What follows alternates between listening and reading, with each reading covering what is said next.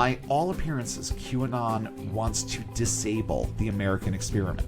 How ironic that they are targeting and succeeding in recruiting people who consider themselves patriots to derail their country and the values upon which it was built. These theories thrived in an environment of conspiracy, eventually leading to an attack on the United States Capitol, in which 5 people lost their lives and the safety of legislators was threatened. Politics does go a long way in creating a toxic cocktail of faith and nationalism that far too often leaves the door wide open for entities like QAnon to get their voices heard, and worse, taken seriously. From the time they can understand, these people are taught that proof is irrelevant and that faith provides the relevance to any fucked up point of view they wish to hold. This upsurge in belief in conspiracy theory is dangerous. It's dangerous to individuals, to local churches, and to our nation. Welcome to Unbound, A podcast for new atheists and lifetime atheists, ex-evangelicals, truth seekers, and free thinkers. There is life after faith. And life here is good. It's time for a new perspective. And a better conversation. I'm Spider. And I'm Shelle. And it's time to get unbound. You said it. I believe it. That settles it. Now hand me my boomstick and get out of my way, praise God. I'm Spider. And I'm Shelle. And this week we are looking at the subject of conspiracy theory and why so many Christians buy into it. And I think you're going to be surprised at some of the perspectives that we're going to bring to the table and who actually agrees with us on this. It's pretty interesting when you realize that there are, just a little spoiler alert here, but there are people within their own ranks that understand where this comes from and think that even as Christians, they should be thinking differently. Oh, yeah. And we're going to be getting into much more of that in just a few minutes. But of course, before we do any of that, I'm going to be handing over the mic to my co-host, who once again has two, I don't know, should we call them lighthearted stories? They're two stories. They're not gloom and doom, but they're not good. They're just silly. I mean, it's like they got their silly season in right now. Right, but I mean, the silly season never really ends. No. It's just a little bit of levity to lead into the tension, I guess, with what we're going to be talking about later. So what do you have for us first for this week's edition of Christians Behaving Badly? Well, in the We Reject This Reality and Substitute Our Own department, live streaming from his car last Wednesday, right-wing pastor Todd Coconato, I love that name. yes, claimed that Christians are questioning whether Joe Biden is really president because they know that God's mantle of anointing is still on former President Donald Trump. Oh, come on. It's been 5 months. It's been 5 fucking months. Get over it. That's what you told us to do. Yeah, Your guy lost. Get over it.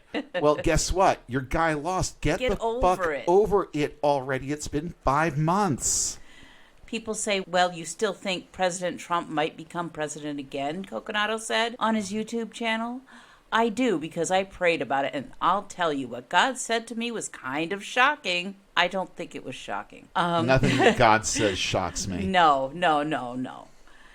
And he goes on, when I prayed about if we'd ever see President Trump as our president again, God just reminded me that he's the one that chooses the leadership, not us, Coconato continued.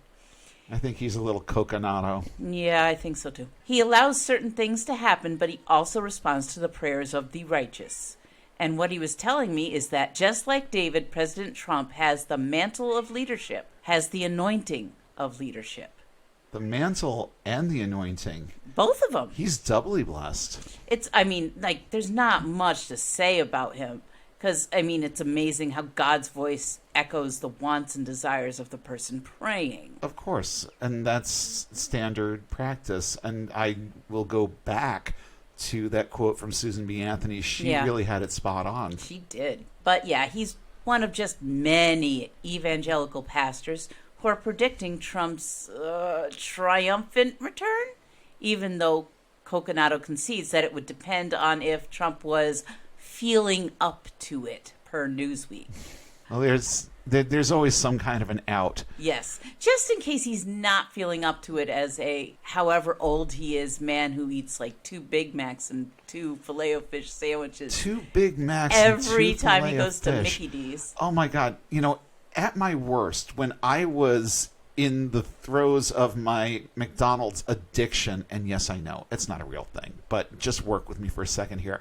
When I was in the mode of eating that food, like literally every day, I never ate it in that volume. No. Never. Oh, Never. God, no. I can't imagine why he's not 600 pounds. He's not know. a small guy. Yeah, I don't know how. But I can't he- imagine how he is less than like 600. Yeah. Because I know what it did to me. And I Yeah. know what it did to me in really, really short order, too. Yeah. And I was not eating it like that. Yeah. But evangelicals propelled Trump to the White House in 2016, and he earned the label the most pro-life president in history during his time in office. Ahead of the 2020 elections, some religious leaders believed Trump would win because it would be God's will. In the wake of his loss, some backed off the prediction. Others, such as Pastor Jeff Jansen, we talked about him last week, have swung the other way, spreading the belief that Trump will return to office before the next election. He told attendees of a RAIN conference that Trump is still president and to prepare for a shift that the whole world is going to witness. Jansen, who previously predicted the military would put Trump back in office by the end of April, told followers to watch what the Lord does by April 25th because people will be dancing in the streets. Coconato made it abundantly clear to Newsweek that he does not believe Trump will return to the Oval Office before the next election, as it would be extremely unlikely. It's beyond unlikely. It's an impossibility. Yeah. It is an impossibility. I think about this, and the way that these people are thinking, it's a form of trauma bonding, I think. Oh, yeah. I mean, they look at this person who did absolutely no good while he was in office. Oh, yeah. Nothing. And is still up to no good now that he's out of office. Right. I don't know precisely what it is that they do see here. Right. But I do know a thing or two about people in abusive relationships, and the people who love this guy the most are definitely trauma bonded to him. Oh, yeah. They just they have to see.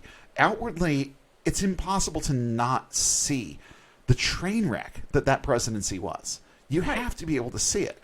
But to these people, it doesn't matter, because this person is what they've built up in their mind to be the be-all, end-all of their existence and Right. the only hope for their religion in this country.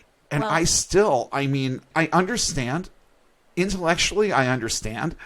But I just can't imagine. How many examples do you need? How badly does this person have to fuck up in front of the world before you just realize he's a fuck up? Well, he did put a lot of conservative judges in federal spots. So that's what they're really gunning for. They want a theocracy. They think they want a theocracy. Oh, yeah, they think so. They think so. They think so. But once you actually have it and you understand what you've given up vis-a-vis your rights, and like all of them, these people are so big on their rights, and yet they are gunning for a governmental system that will literally take all of those rights away from them. Right. And it just boggles my mind how they can look at this guy and say, America would be a better place if this person was still in office. Yeah. I mean, I just the way that he handled COVID, just that one thing alone should be enough of a red flag for anyone. Right. But for whatever reason, these people, they're trauma bonded to their surrogate savior, and they just cannot envision life without him in that Oval Office. It's weird. It's very weird. It's very weird. So moving right along, what's your second story for us tonight? Our second story is about our favorite right-wing pillow manufacturer, good old Mike Lindell, who tells us his free speech platform, now revealed to be called Frank, will be totally all about free speech. Oh, totally. But they're not going to go crazy about it. While talking about his new platform on Eric McTax's show, he made it very clear that speech on his new platform will not be quite as free as one might have imagined, announcing that users will not be allowed to swear or use the name of the Lord in vain, because Frank's speech will be a Judeo-Christian platform founded on biblical principles. I just what biblical principles do they have for an internet forum? Whenever I see the term biblical principles, that also raises a red flag in my head. Yes. Because I know what biblical principles look like. And there's crappy. no morality No. behind any of it. No, and there really isn't. honestly, I don't think that Yahweh gives two fucks about free speech either. No. So, and the way that they've got this set up doesn't surprise me in the least. Oh, we're going to be a free speech platform, but you can't say this, this, this, and this. Yeah. How marvelously evangelical of them. Yes. People ask me, you're going to let everything go? Porn, swearing, everything? And I said, absolutely not. I Lindell love said. porn. We have a thing we found in the Constitution and our founding fathers that defines what free speech is. And Eric, get this. This Judeo-Christian platform we're going to have here, they go by biblical principles. You get to the Supreme Court, you have the 10 Commandments there. So, in other words, you're not going to have porn up there. You're not going to have these sites that contain material that go against our Constitution, go against what our founding fathers put in there. So porn goes against the Constitution? Look, I just read that whole thing, and I'm still not quite sure what he's saying. I'm not sure he knows what he's saying. I'm not sure what in the Constitution defines what free speech is. He's about as coherent as 45. Well, it sounds like the that's why same they're kind buddies. of tangent. Well, yeah, they can talk to each other. That's why they're buddies. Mm-hmm. You're not going to be able to swear, Lindell added.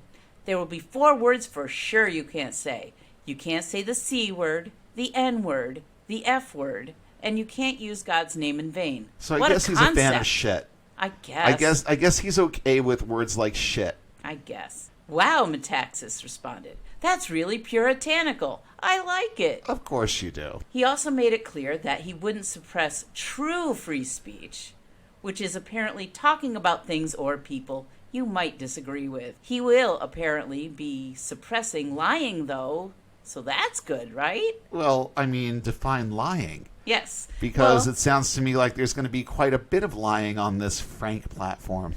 Well, that depends on who is vetting everything that people talk about on his faux Twitter platform. Whenever it actually becomes live, because it's had 2 failed tries at a launch. When you go there, it's just a landing page and a tiny screen for the live stream currently running. And I'm not sure if this is still called the Frankathon or if it's just like a continuous live stream for the YouTube portion of his faux Twitter platform. When I see Frankathon, I think about what Brad and Janet walked into that night. Yes, right. That was definitely a Frankathon. That was a Frankathon. On his talk show for his new platform. It was called the Frankathon for 48 hours at least. Mm-hmm. He received many prank phone calls because he has no call screener. And he was using his personal phone. Oh my God. He gave his phone number to the world. Apparently. Twitter user at ZT Patrizzo posted a few short videos of the live stream with examples on a Twitter thread on April 19th. The first post reads, "Things are only getting worse for MyPillow CEO Mike Lindell as he attempts to hold a 48-hour Frankathon event, as he is now being trolled by callers who apparently got a hold of his phone number." As he gave it to them, yeah. Yeah. The video clips are actually pretty pitiful, showing a Mike Lindell taking unscreened, unvetted phone calls and getting upset when quite a few of them turned out to be prank calls. Surprise, surprise, surprise. This is what they're doing to us. This is an attack. One of the calls pretended to be Donald Trump and got on air as well. Also of note is guest Ben Carson, who legitimately looks stoned, as well as the poor quality of the filming, with the hosts playing on their phones while guests are talking, and the camera slowly panning back to the hosts, eliminating the guests entirely from the screen. This is a real professional operation It's a he's got going there, isn't it? operation. I really hope that Lindell has saved a few pillows for himself because he's going to want them to scream into, because this just seems like an exercise in frustration. You know, I watched some of those clips. Yeah. And now I can't get inside this guy's head. No. But I feel like a lot of this stuff is like going right over his head. The way that he responds to it. Now, he did a couple of times, he came out and said, okay, this is a prank call or whatever. But there were also a couple of times where it just felt like he was rolling with it to the point that he didn't understand that he was being trolled. So I think it has to do with how it's done. I didn't uncover the clip with the fake Donald Trump. I would have loved to hear that.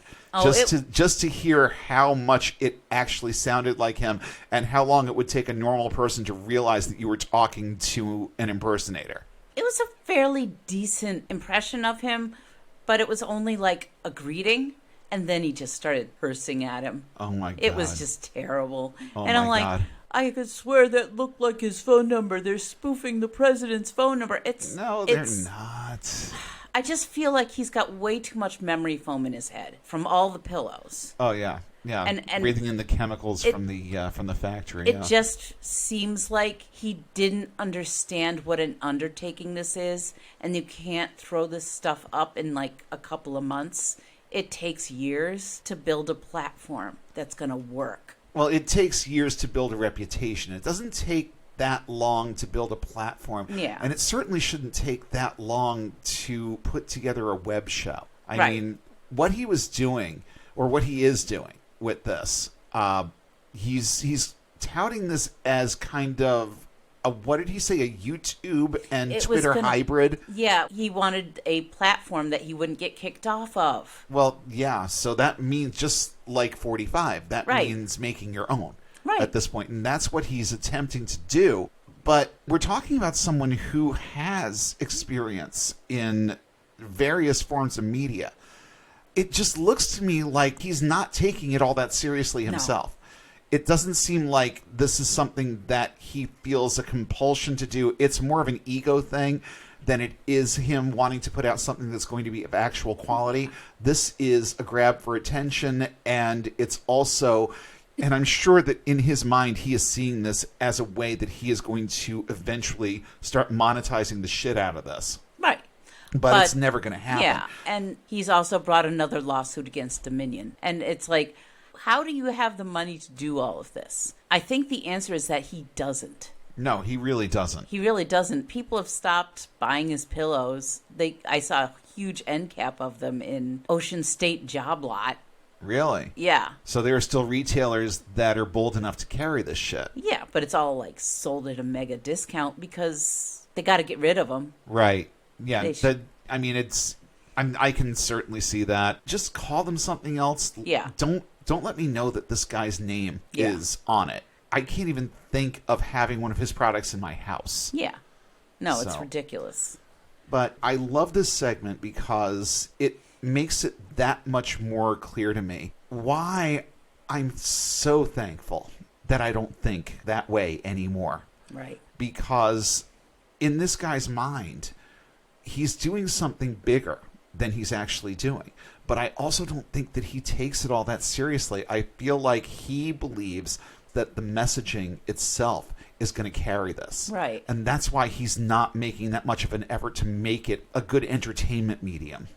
Because he's banking on God doing most of the work here and getting the message out. And again, it just makes me that much more thankful that we've learned how to think differently.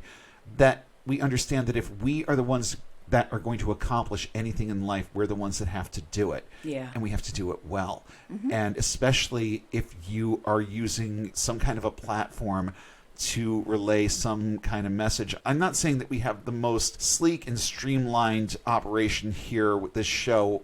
Far from it. Right. Really, we're still sitting at our dining room table, and our cats still come in and meow in the middle of our recording sessions. But at least we care enough about what we have to say to try to present it in a way that is listenable, and respectable and done in a manner that just lets the people that bother to listen to us know that we do have their best interest at heart, that we care about where they are, where they've been, and where they're going. And that, I think, is a very good segue into just letting people know that our Patreon is out there. If you have the means to help us, we have a lot of good things planned for upcoming episodes, upcoming shows, and also some ideas that I want to take off the back burner and start running with a little bit more. But in order to do that, I need a little thing called time. I need to be able to liberate a few more hours in my week and just be able to focus on this and what we're doing here. If you can help us out, then by all means, hit up our Patreon at patreon.com/Unbound Podcast Network. And if you don't, just like always, we want you to sit back, relax, enjoy the show, and get what you need out of it, and let someone else know that we are out there this week who can also benefit from the message that we put out there. And as always, we thank you for coming back week after week and hearing what we have to say. For those of you who interact with us online, we thank you for being involved and for just encouraging us to continue. I really do appreciate the people that are behind us right now. Whether you have the means to support us financially or not, we are just glad that you're here. Yeah. And please just get what you need out of what we are doing. And if there's anything that you think we could be doing better, it doesn't take a monetary donation to make those recommendations or to just let us know what you personally need, because we're doing this for you. And we want to know what you need, and we want to know what you want us talking about. And any other comments or feedback that you have, we want that too. We want this to be your show, not just about us and our platform and the way that we see things and the things that are important to us. You guys are the listeners. We need to know what's important to you too. That's my appeal for this week. If you can support us financially, fantastic. If not, again, just tell someone else about us this week and tell us what we can be doing better here. So with that, let's get right into our main topic. So why are evangelicals such easy prey for conspiracy theorists? It's not like they're behind most of it. That they really aren't. And there are plenty of people out there who don their tinfoil hats who don't carry Bibles. On the surface, like I said at the beginning, the answer should be easy. We're talking about a group of people who have been taught from infancy in many cases to regard sensationalistic and clearly fictional content as fact. And we're talking primarily about the Bible, but also some of the wild stories that you hear from the pulpit.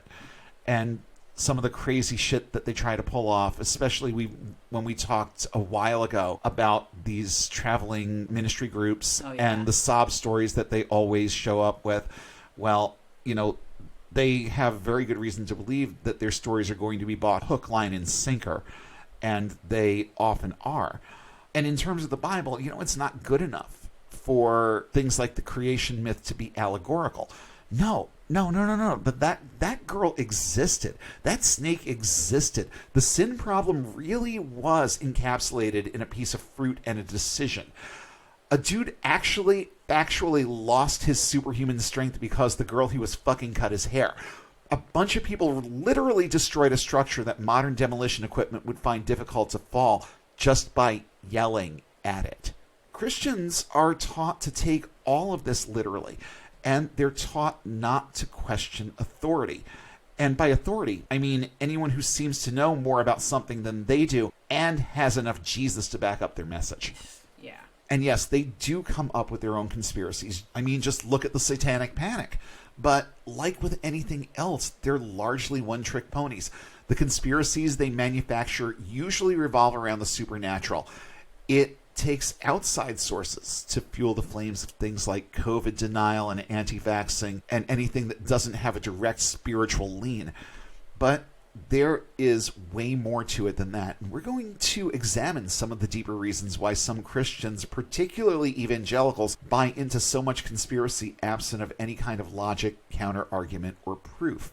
It all begins with this pervasive notion that runs through all of Christianity that everything that happens in life is somehow part of a larger divine plan. It's the classic good versus evil scenario that has been long permeating American culture, along with many others around the world, of course, but we are really, really good at this in the U.S. Just look at our entertainment industry. What are the popular movies that have been out there for a while now? Most of them are superhero movies. Yeah. You've got the good versus evil motif that runs through almost everything. And it's not just superhero movies, it's most movies. Yeah. It doesn't even matter what the genre is. This notion of good versus evil is one of the most pervasive themes in entertainment. And I think there's a degree of truth to that when you apply it to pretty much anywhere. Right. But boy, are we committed to it here. We really are committed to this kind of messaging, this kind of storytelling. It's what sells tickets in this country. So I was looking at an article from Deseret.com called Why Would Christians Embrace Conspiracy Theories?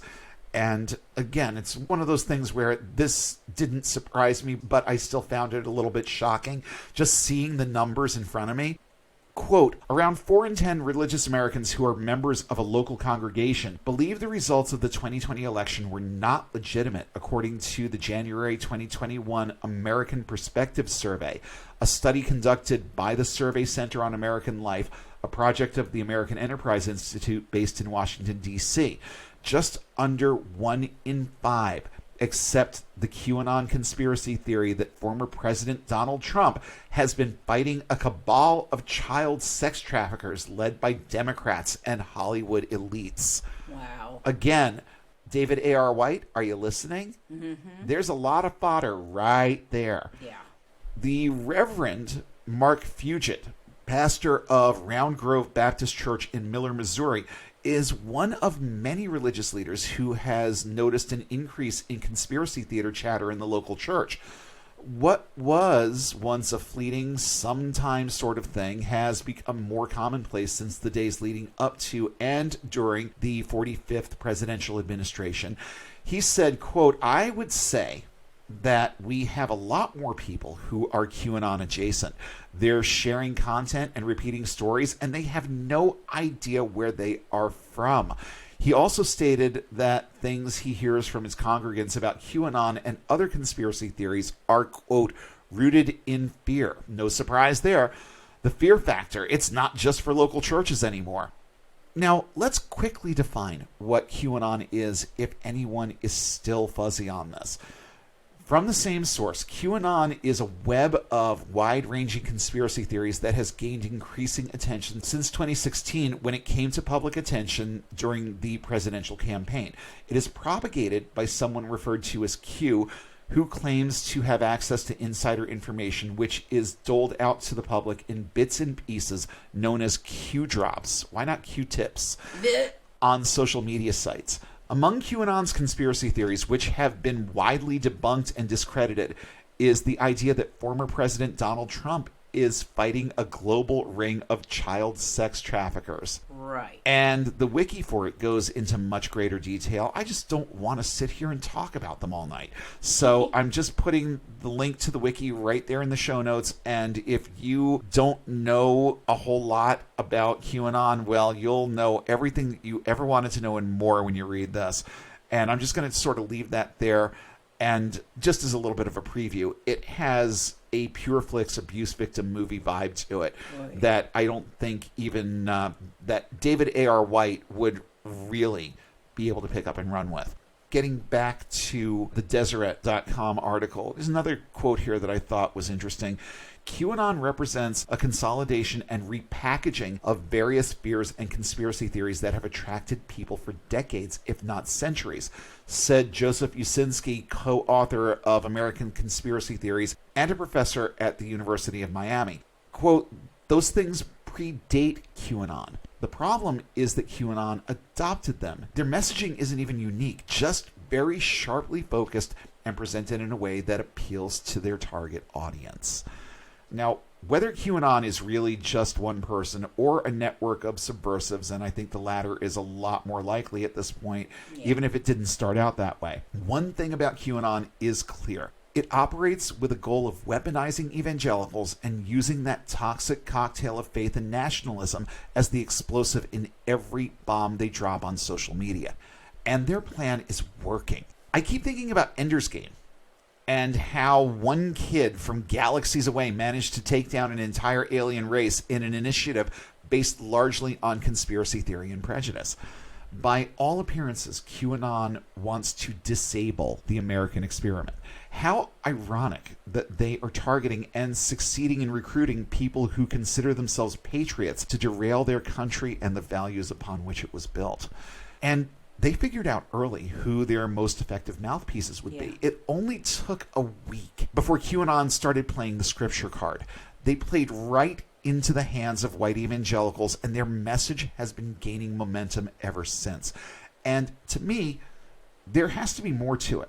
There has to be more to it, but I won't get into my own theories here, only because I know just how easily crazy breeds crazy, and I prefer to broker, in fact, not create my own conspiracy theories. But mark my words, people, there's a reason why they targeted white evangelicals, and that reason, as far as I'm concerned, is very sinister. Getting back to the article, the same pastor agrees that this upsurge in belief in conspiracy theory is dangerous.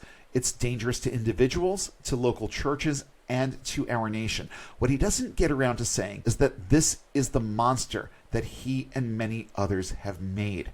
And they made it by perpetuating the concept of a little thing called faith. You don't have to see it to believe it. That's faith in a nutshell right there.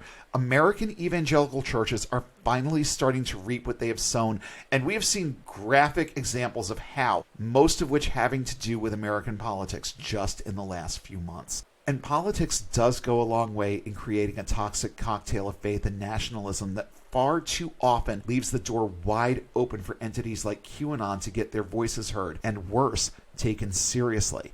We're going to look in depth at how both of those things and more factor into this insane perpetuation of misinformation in just a few. But for right now, I want to take a look at this problem from a directly insider perspective. The author of this article is a pastor, clearly on the liberal side of things, but still an evangelical pastor, who flat out admits that there are 3 key reasons why there's a sucker born into a Christian family every minute and why they're so impressionable. This is from an article called Faith, Apocalypse, and Nationalism: Why Evangelicals Are Vulnerable to Conspiracy Theories by Joel Lawrence. Pastor Joel Lawrence. Quote, many of us have found ourselves in conversations with believing friends or family who have come to believe these conspiracies. In addition, many of our churches have become devotees of them, posting their views on Facebook, Twitter, or Parler. We are living in a time of wild conspiracy theories, from Pizzagate to QAnon to the notion that COVID is a hoax and the vaccine an instrument of corporate control. In the aftermath of the 2020 presidential election, these theories have broken out in the open as President Trump, along with his advisors and lawyers, claimed, without presenting actionable evidence in court, that the vote was rigged.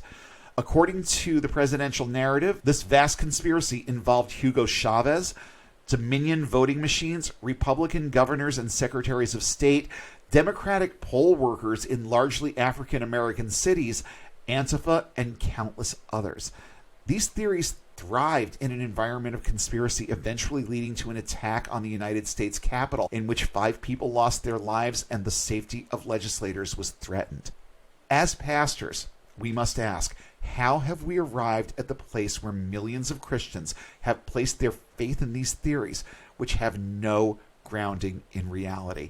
I kind of like this guy. Yeah. You know, if we get to the point where we are living in a theocracy and some judge sentences me to church, I'd probably go to this guy's church. Yeah. He definitely has a good head on his shoulders. And, you know, if we could just get him to move just a little bit further into the realm of reason here, where he starts taking God a little bit more out of the equation, I think that he would be a really good mouthpiece for our side. I definitely do. I read every word of this article, and I liked most of it. He does get a little preachy toward the end, but I definitely recommend reading it. And again, It's going to be right there in the show notes. Just click and read. I think that you will agree with me. This guy has some very, very good ideas.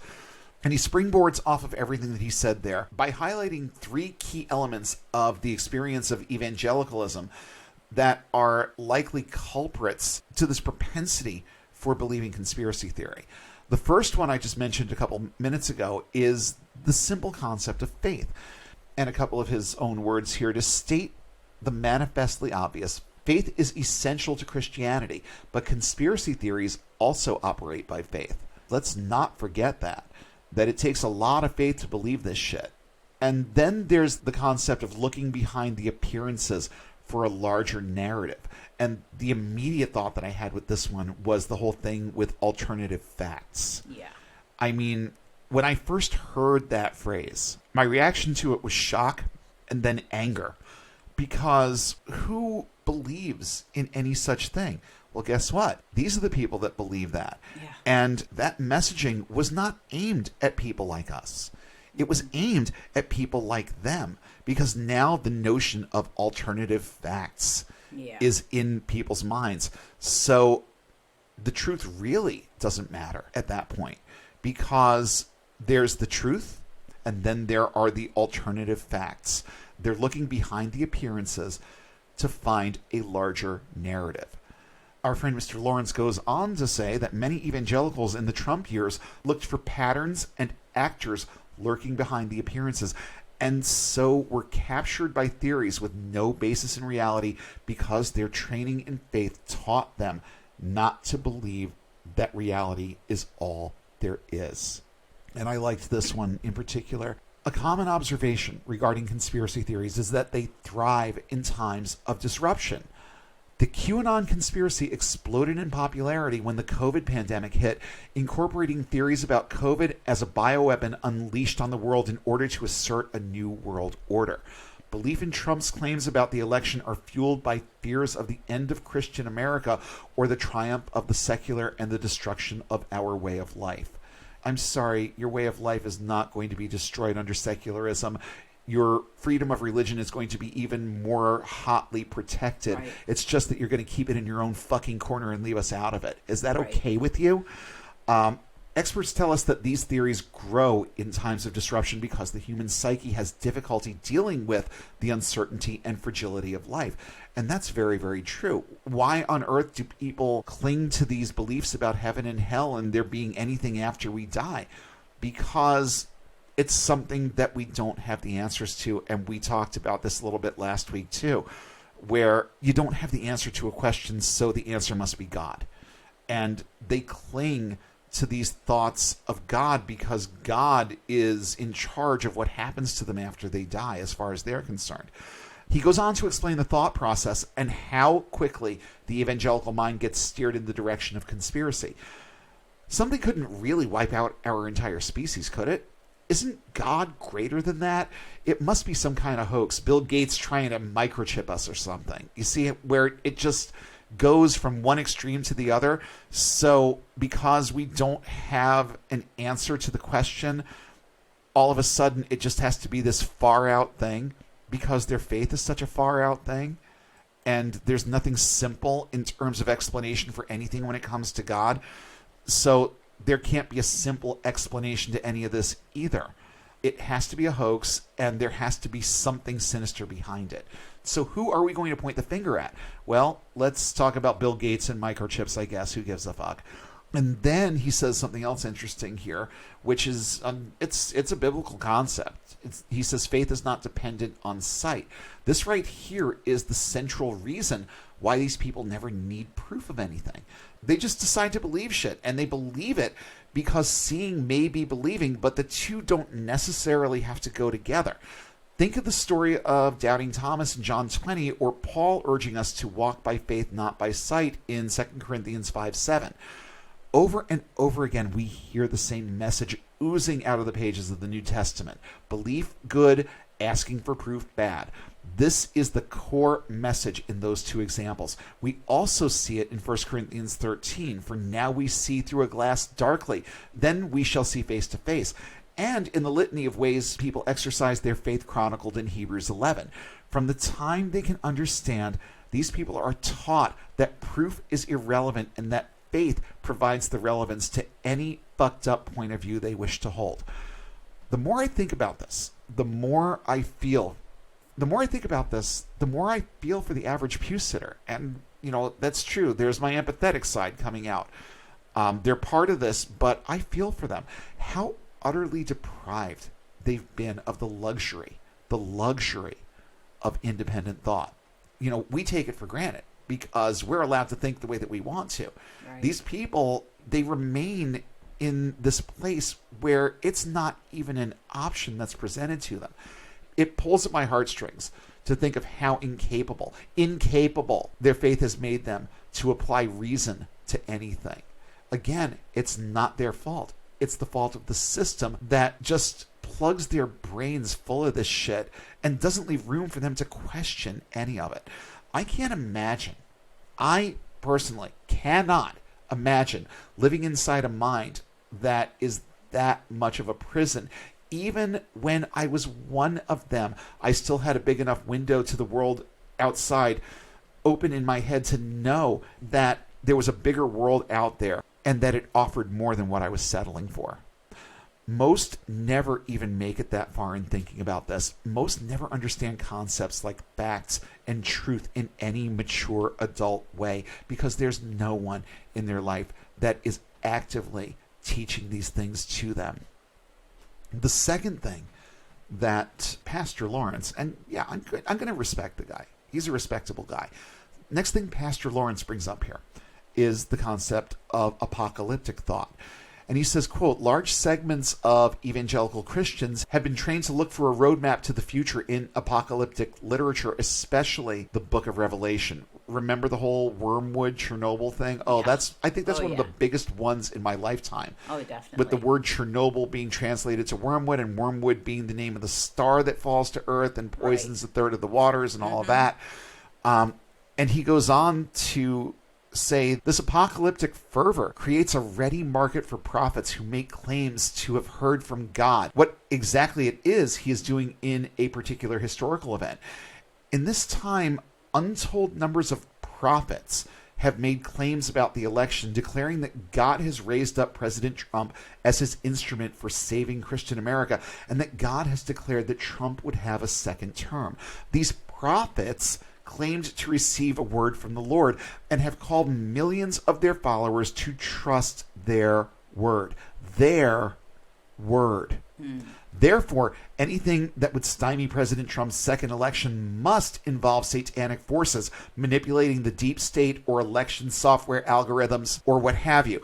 Having declared that a political figure is God's elect instrument, the prophet is able to reveal the dark forces working to destroy God's chosen leader. Lawrence then goes on to explain that apocalyptic thinking breeds violence and cites the storming of the Capitol as a manifestation of prophecy-fueled violence. Yeah. The last point that he makes here is about nationalism.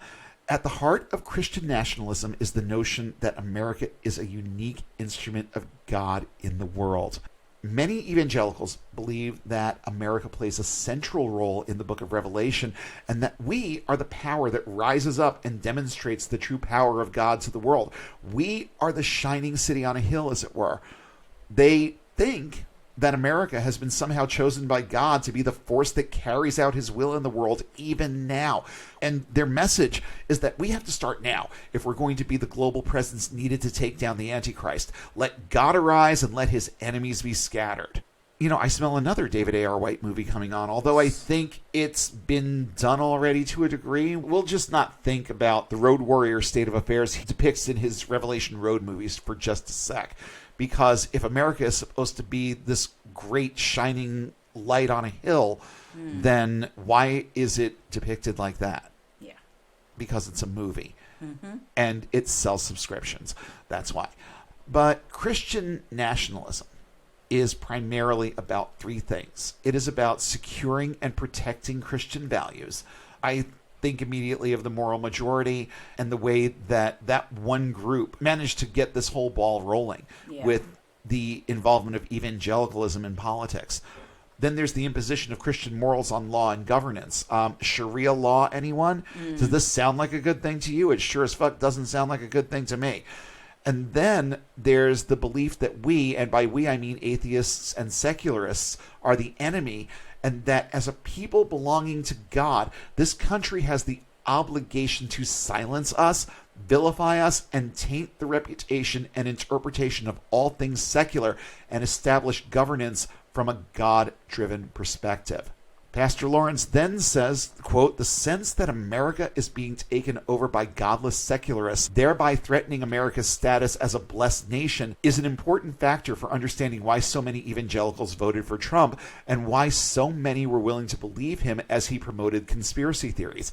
He is seen as a person who can manfully defend Christian America from her enemies and who was raised up by God to do the hard work of total culture war, even if it means he's a bit uncouth and perhaps not exactly a paragon of the moral virtue that American Christianity ostensibly is committed to ensuring. Character matters when the president is a liberal, but when he's a conservative fighting conservative battles to save America's status as blessed, character is less important than effectiveness. Now, to tie this all together, let's look at a little conspiracy theory that cropped up in 2016 and was the observable catalyst to the rise of QAnon. I'm speaking, of course, of Pizzagate. It was the conspiracy theory that gave rise to the levels of toxic, violent allegiance to 45 and the surge of hatred of all things liberal.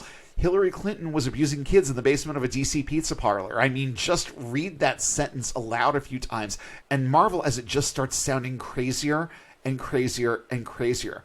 But where did it all start? Well, here is a very, very basic timeline for Pizzagate. November of 2016, right before the election, John Podesta's emails are hacked and posted to WikiLeaks. One of the emails between Podesta and James Alefantis, owner of Comet Ping Pong, a pizzeria in Washington, D.C., discussed Alefantis hosting a fundraiser for Clinton at the restaurant. Then 4chan users started churning up speculations about the shop being the headquarters for a sex trafficking ring that directly involved Hillary Clinton. The messaging spreads to far-right websites and social media pages. Someone posts a document that is alleged to offer proof of the allegations on Reddit, and this happens literally days before the election. A Turkish news outlet starts tweeting details of the conspiracy theory with the hashtag Pizzagate. Social media posts start emphasizing the appeal of the business to children. Threats and harassment via social media predominantly begin to emerge against employees and customers of Comet Ping Pong, including death threats. A lone gunman then enters the restaurant making various demands. He's convinced that Hillary Clinton is on the premises and abusing children in the basement. And then Alefantis reaches out to major social media platforms trying to quell the spread of conspiracy-driven posts and is basically told to go fuck himself by Facebook, Twitter, and Reddit. Then this happened. This is a quote from Esquire.com. Quote, on the afternoon of Sunday, December 4th, 2016, 28-year-old Edgar Madison Welch of Salisbury, North Carolina, walked through the front door of Comet Ping Pong and pointed an assault rifle in the direction of an employee, according to the Associated Press. The employee fled and called police, but Welch fired his gun, possibly striking the wall. Possibly? You couldn't tell? Possibly striking the walls, door, and a computer. No one was hurt. Police surrounded the pizzeria, according to the Washington Post, which said Welch emerged about 45 minutes later, his hands in the air, to surrender to authorities. He told police he'd gone to the restaurant to, quote, self-investigate reports of the child trafficking ring. He was carrying a Colt AR-45 rifle, because of course he was, and a Colt 38 handgun, because of course he also was, a shotgun, and a folding knife. Police charged him with assault with a dangerous weapon, other weapons offenses, and destruction of property. A dangerous weapon? It was a fucking AR-15. That's, in my opinion, wouldn't that be a deadly weapon? Dangerous? You see, this is one of the many things that irritates me about this whole thing.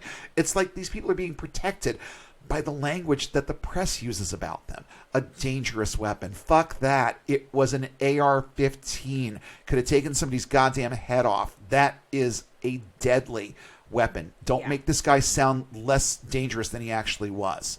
Earlier, Welch allegedly drove his Buick LeSabre into a teenage pedestrian in North Carolina. Nice guy. Yeah. The 13-year-old, quote, suffered head, torso, and leg injuries. Welch stayed at the scene until police arrived, although a witness said it appeared that Welch didn't try to avoid striking the pedestrian. So he hit her on purpose, but hung around. Nice guy. This guy's got some issues. Yeah, a few. In a statement after the incident at Comet, Elephantis called out the dangers of fake news. He said, quote, "What happened today demonstrates that promoting false and reckless conspiracy theories comes with consequences. I hope that those involved in fanning these flames will take a moment to contemplate what happened here today and stop promoting these falsehoods right away." Except they didn't. In 2019, Ryan Jaselskis, that's a mouthful right there. Ryan Jaselskis walked into the restaurant and set a curtain on fire. He was arrested, tried, and sentenced to 4 years in prison. In 2020, the whole thing churned up again, this time targeting a younger audience on TikTok, and started being associated with QAnon. The theory has become less political, morphing into a vehicle to falsely accuse celebrities, including Chrissy Teigen and Ellen DeGeneres, along with brands like Wayfair. That's right. According to this popular and utterly laughable theory, Wayfair's catalog is a front for a sex trafficking business. How did they figure this out? Well, some of their products have female-centric names attached to them, so they must be selling sex with young girls, not furniture, right? Hey. What shows up in the box? I mean, come on. Now, as I was thinking about all of this, I almost wrote in my notes, what is the fascination with sex crimes in some of these theories? But it quickly occurred to me that with all recent conspiracies aside, sex is one of the key things that evangelicals really obsess over. They want to control what happens in our bedrooms, who we take there, when we take them there, how many we bring with us in there, how many bedrooms we personally visit, and how you dress and behave if you were born with a penis, how you dress and behave if you were born with a vagina. The authors of these theories play into these obsessions and insecurities, and it mobilizes people who are afraid of their own bodies and urges to respond in angry, violent, and visceral ways. At that point, it doesn't matter if it's factual. It's already personal. Now, this is the part of the episode where I typically try to offer some kind of solution or a call to action about how we can respond to the issue at hand. Honestly, this one is a big one, and I don't know if there really is anything actionable that we can do here aside from the same things I recommend about any kind of counter-argument with theists. Mostly what we can do here is keep presenting the truth in a lucid, level-headed way and at least get the opposing view out there. How much good it will do is a good question. What I do know, however, is that doing nothing won't change anything. Their own book tells them that they should know the truth and that the truth shall set them free. That would be great if they actually wanted to be free, but like I've said before, the shackles of evangelical faith are heavy and they are strong, and they leave marks long after a person breaks free. This kind of thinking won't be changed by an offering of facts. It won't be changed by offering better messaging. It'll change by shutting down the voices of the messengers that sow division and create chaos. This is, once again, not a matter of free speech. It's a matter of silencing the rabble yelling fire in the crowded theaters of evangelical thought and not providing an audience for conspiracy theorists to reach. That means demanding that platforms like Facebook, Twitter, 4chan, and Reddit provide more than the unconvincing lip service they respond with whenever things like Pizzagate happen. At the end of the day, no one who runs those platforms actually cares about their role in the game until it starts impacting their bottom line or until their inaction becomes the target of too much conversation and negative press, and I'll add in there, or until they find their asses in court. Then it's time to disable accounts. Then it's time to stop selling the pillow pushers wares. Then it's time to distance from negative influencers. And while it may seem hopeless, keep in mind that there are plenty of us out there who once thought like this, at least on some level. We were easily duped, convinced, and motivated to believe things without evidence, and we did. We also changed, and we're not the only ones who can. Stay vocal. Stay mobile. Don't be afraid to present counter arguments or be the voice of reason in the conversation. Somewhere out there right now, a devout evangelical is poring over all of this and starting to think that maybe remaining part of a religion that breeds these kinds of thoughts and actions is a bad idea. Somewhere out there, there's a pastor who sees this issue for what it is and has the guts to admit the root causes. And thank you, Pastor Lawrence, for being that person. Somewhere out there, a middle-aged couple in Massachusetts is pumping out content from their dining room table that raises awareness of these problems and is addressing them every week in the hopes that along the way, one or two people out there might understand the dangers inherent in belief and start taking their lives back. Our voices matter. Reason matters. Truth matters. And it's when we get committed to finding and embracing the truth, when we add our voices to the growing throng of non-religious, free-thinking, secularist human people out there who want better for our country and the lives of the people who live here than anything QAnon will ever be able to deliver long term, that we will start seeing that all-important shift in the direction of rational thought that leads to people getting and staying unbound. We hope you enjoyed this episode of Unbound. Show topics are chosen based on their timeliness, relevance, and social impact. Have suggestions for future topics? Email us at unbound.podcast.network@gmail.com with all your comments and feedback. Please don't forget to like, share, and throw a few 5-star ratings our way, and follow us on all major social platforms. And don't forget to hit subscribe if you haven't already. Links to our social pages, as well as a full list of cited sources in today's episode, are listed in the show notes, available at our website, getunbound.org. That's get-unbound.org. If you value this resource and would like to see it continue, please consider supporting us on Patreon at the link in the show description. And be sure to check for new updates every Sunday when we'll come together again and take one more step toward getting and staying unbound.